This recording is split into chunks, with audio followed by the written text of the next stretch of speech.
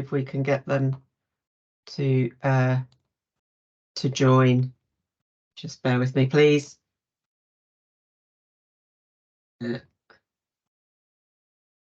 Because if we're having that concern, I'm worried that the others are too.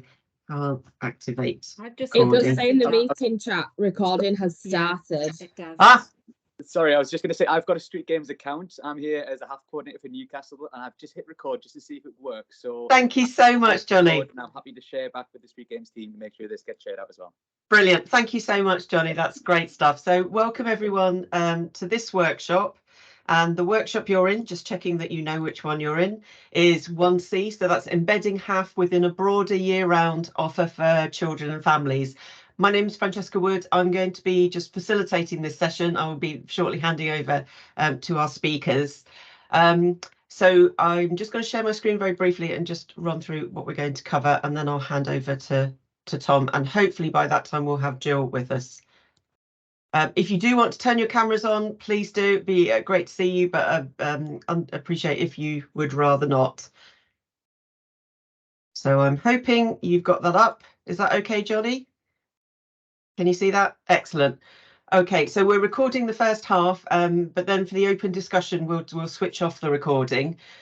We've got an introduction, a very brief introduction by me, but really the key introduction is by my colleague Tom Booth at Leeds City Council, who'll be explaining more about what they've done with this and why. And then he'll hand over to Jill Coupland at Zero Waste Leeds, who'll be explaining the Zero Waste Leeds led Leeds uniform exchange on behalf of everyone.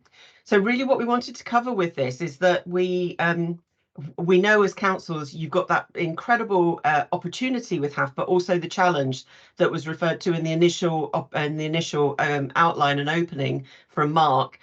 Lots of siloed working, and how do you join this work up with the other work you're doing to deliver the outcomes that you, along with your colleagues and cross directorates, really want to do in order to deliver to support children and families and achieve those outcomes. So the reason why we wanted to focus on the school uniform exchange is because it sits in that sweet spot between educational attainment, family budget and environmental action, which you as council staff and your colleagues are all so concerned about making sure that you're helping families, particularly at the moment, across all of those. So the educational attainment, it reduces the incidence of children and young people not attending because they're not wearing the correct uniform. Family budgets, ensuring uniform costs don't result in families not having less money for food or energy or other bills. And of course, the environmental action, which we'll cover more. And just as an example of what that cost looks like for families, but also for you as a council in terms of how you can help families to save money and therefore make the money that you're providing go further. In Leeds, we have just 36,500 children estimated to live in relative low income. This was 2019-20. Given that an annual uniform cost is £305 per child based on DFE research, that means £11 million that we're talking about. So anything we can do to save that money from families by working better with HAF partners, the better it is. So I'm just going to hand over to, I'll just stop sharing and hand over to Tom, my colleague at Leeds City Council. Good morning, everybody. Thanks, Francesca.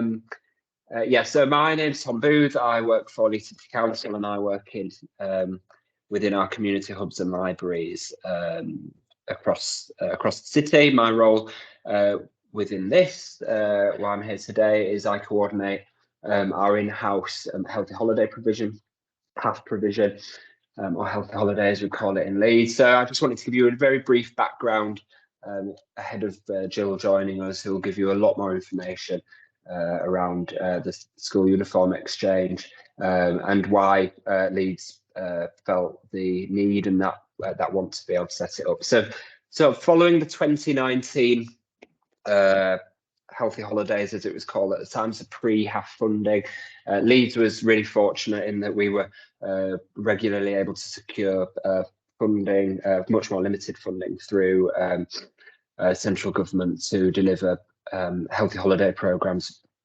particularly in higher areas of higher deprivation across the city. Following that 2019 round, Zero Waste Leeds, and please made contact with Leeds City Council to discuss how we raise awareness about the uniform exchange in Leeds. So this had already been going on for some time within the city, but at a slightly less organised level, much more, and it built organically over time.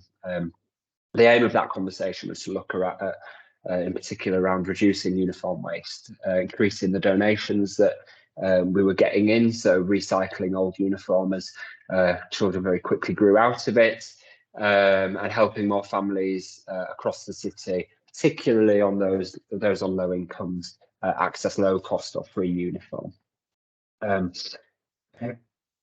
was certainly a push around reducing stigma, so particularly around replacing that perceived perception around handouts in inverted commas, which we all know is something that shouldn't be stigmatized, but it's very real for families who are having to live with that day to day, and swapping that out for a swap or an exchange, and tying in tying them into that conversation, that narrative around it, and also sort of council-wide. So Leeds City Council have a best council plan, and it ties in really well with a few strands of that. So particularly, and probably most importantly, around tackling and reducing poverty, supporting and maintaining sustainability, and Leeds, like a number of other authorities, have declared a climate emergency. So we are really looking to at what we can do to reduce the city's carbon output, reduce the waste, and increase recycling citywide. So since those early days, seems like a long time ago now, pre-COVID, Zero Leeds have been funded by LCC and LCF, Leeds Community Foundation. So I'm using lots of acronyms here, assuming that you all know what they mean. Leeds City Council and Leeds Community Foundation have both funded Zero Waste Leeds to coordinate, and now really well established Leeds school uniform exchange. So that's really brief. Jill is the expert on this, so I will hand over to you, Jill, if that's all right to pick up. Thank you so much. I'm so sorry I was late to this. For some reason, my laptop will not do a Teams, but my iPad will. So we're running around the house trying to get various tech to do what it needs to do. And I'm hoping, Francesca, you can put my presentation up. Is that all right? I'm just doing that now, and I will share the screen. And if someone can just let me know that it's coming up okay. Oh yeah, that's up. Thank you. And I'm really sorry if I repeat anything that Tom had just said. But I'm hoping just to give you a quick run through of how Leeds School Uniform Exchange started, what we did, where it is nearly 3 years on, and what other things we're able to add on to it. So again, apologies if Tom's gone through some of this, but this all originally started, we had a roundtable discussion. Francesca, I think you were there, the very first discussion with Leeds City Council and other stakeholders, which was largely focusing on how families, this pre-COVID, pre the cost of living crisis, but how families struggle to afford school uniform and how that impacts on their children's educational outcomes and their whole experience of school. So we had this meeting, and although the focus was about that, about struggling families and children having a difficult experience, we obviously as Zero Waste Leeds were looking at it from a waste perspective, which is an interesting different perspective, which I think over time has really helped. So we started a period of a few months of research that was completely unfunded for us at the time. We were really passionate about this, and we knew that school uniform is sort of an unusual, it's a standalone sort of items of clothing that kids need. but that it's difficult to pass on beyond your own networks. Charity shops don't really want it. It's quite low value. So for every reason, we knew that in the city, there would be a ton of school uniform in the back of the cupboards and drawers. And we were thinking, right, could we unlock that as zero waste Leeds and get that shared across the city? So we did that piece of research and we found a few examples of uniform exchanges, and there are lots of ways to run them.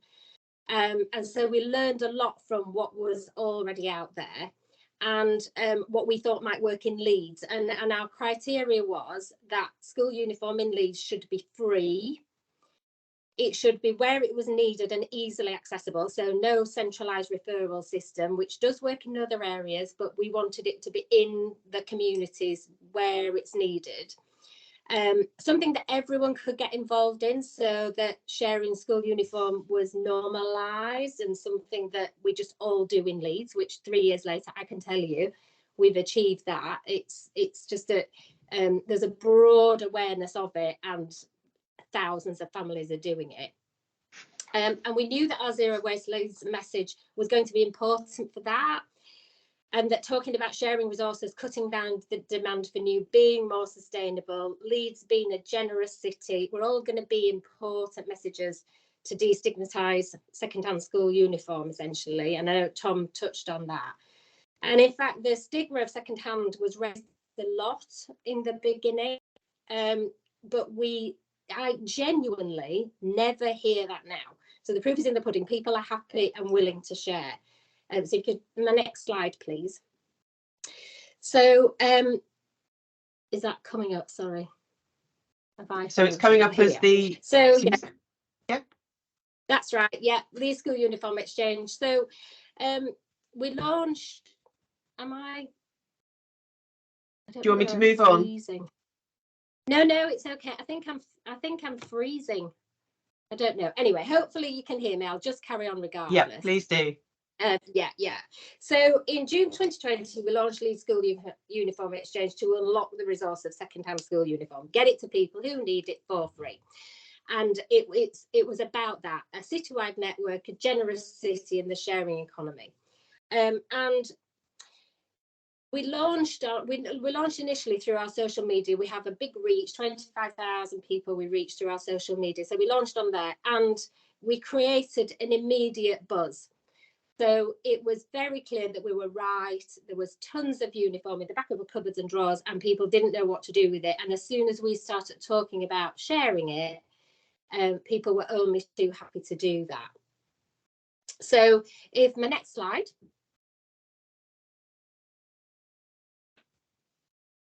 So can you see the slide, Jill? Yeah, it's Great. just coming. There's a bit of a delay. I'm so sorry. So this was the problem that we were initially tackling. Again, the pre-COVID, pre-cost of living crisis, we were concentrated on the amount of waste, textile waste, which causes a problem for a city.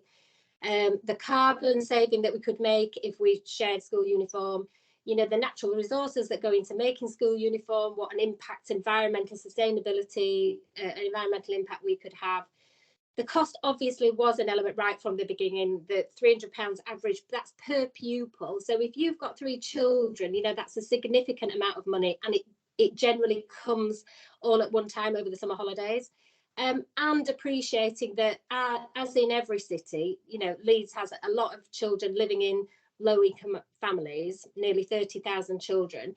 So it was about how we could tackle this on 2 levels, on a waste and sustainability level, but also to help those families. So the next slide, please. So what we started to research what was available in Leeds in terms of uniform sharing. And there was a lot going on already in communities and at schools. So we collated all of that information and we launched our Leeds Uniform Exchange website. And it's really, really easy to use. I would encourage you to go on and have a look. It's really easy. So it's really easy to find there. You can go into one of the tabs, you put the school in, it will bring up information about that school. It will tell you if there is an exchange at the school, on Facebook, at a local community group. It gives you all of that information. And as you can see there, 9,000 website hits in 2022, which is really impressive. 5,000 over the summer holidays. Obviously, we know that that's when uniform is most needed. And what we can also tell from our website analytics, the way that people stay on the site, it is that they find what they need through the site. So it's super easy. If you could click to the next screen, and then people get an idea of what you see when you click through. This is slightly out of date now. So it says community schemes, there are 6, well, there are 12 community schemes now. And that's one thing I would say we've been extremely fortunate, that a lot of community groups are really close to their communities, especially during the cost of living crisis, or the ones that are running food banks. They found it not easy, but they've been able to add on a school uniform exchange to what they offer to their local communities.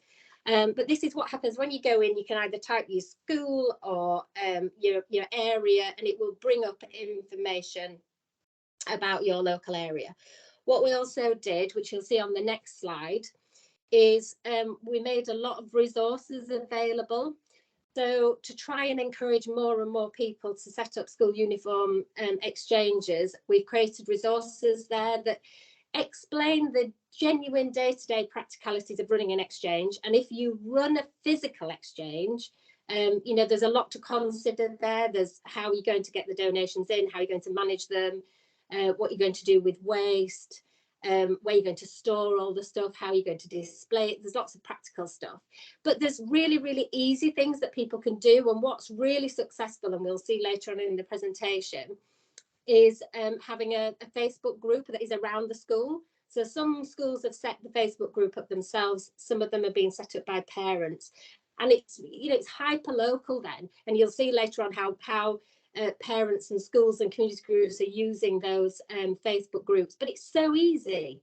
You put something on Facebook, you advertise it to all your parents, and you just let them get on with it essentially. So it's not, although the community schemes are amazing, and you'll see what the impact they have later on in the presentation, although they're amazing, Facebook is such an easy way to just open up the conversation and say, right, why don't we all just share our stuff? Our kids have grown out of, let's offer what we've got, ask for what we need, and then just organise ourselves, collect it on the way to school or drop it off at school, whatever.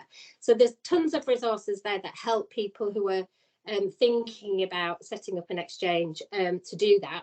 And it's been really successful, because although we found quite a few things going on initially, we found one community group, for example, we've got 12 now.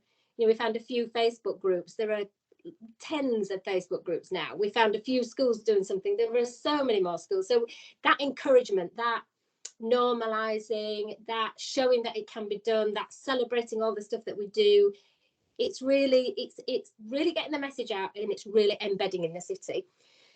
So next slide, please, Francesca. We can't measure, because a lot of the swapping and exchanging happens all day, every day, in the school, in the community, on Facebook. We can't physically measure everything. But what we did do last summer and the summer before is measure what happened over the summer holidays, the busiest period. This is a great example of a collaboration with Breeze in the Park, which is family fun events run in parks across Leeds by Leeds City Council. We're doing it again this year. So we collaborated with them to turn up at those events, which were brilliant. And they are in areas of need, usually. They attract a lot of families that would benefit from using a school uniform exchange. And we turned up there with our little sort of pop-up market stall full of loads of items of uniform. And if you go to the next slide, you'll see the impact of that. So 12,395 items given out for free in 2022, and I think that's really impressive.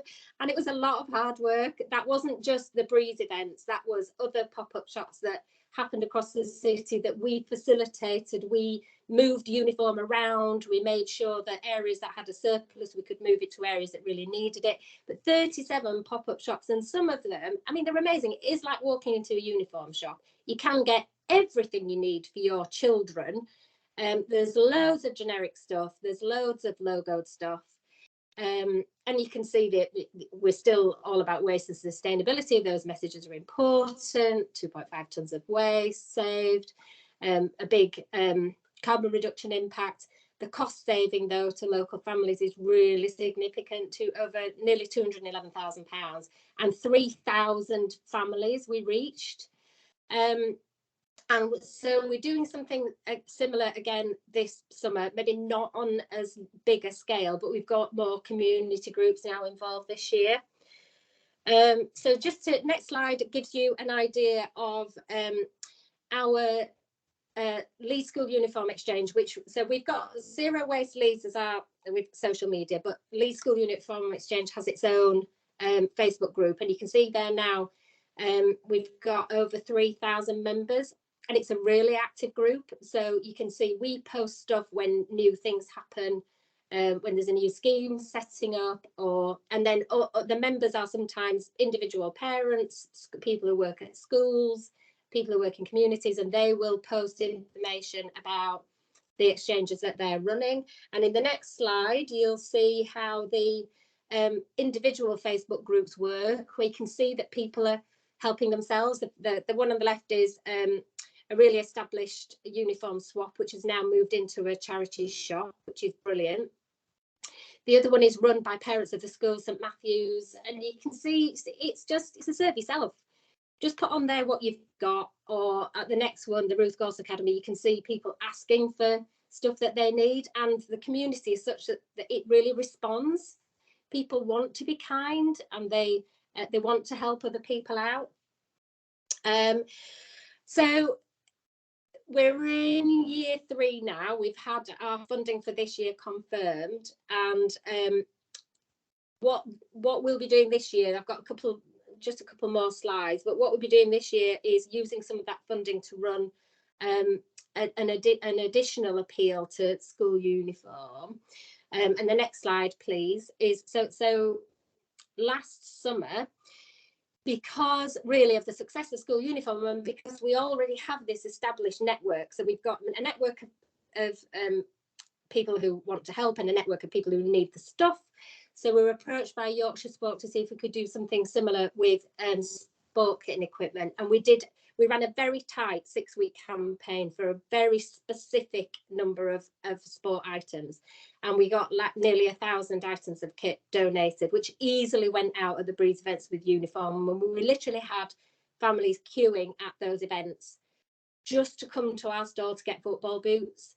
And the feedback was absolutely incredible, because, as you'll know, football boots are a fortune, and how can children turn around to the parents and say, I need a new pair of football boots, when, you know, the parents are struggling to put food on the table? And it is a reality. You know, some parents were brought us the letter that they'd got from their school to say that all children who want to play, we all need a new pair of football boots this year. I mean, it's just, sometimes there's a disconnect, I think, between some of the schools and understanding their communities. It's just completely unaffordable. But what's important about this is that once you've got something established like the uniform exchange and this huge citywide network, you can easily add things to it. So next slide, please. The interesting thing that came off the back of it also, it's like things that you maybe don't necessarily anticipate, but Yorkshire Cricket Foundation picked up the sport exchange, and they've launched cricket now, and it's on it's covering the whole of Yorkshire. It launched in Headingley, so they're getting donations of cricket kit, which is then going out to cricket clubs in communities where children want to play sport, but just they're so far away from being able to do that.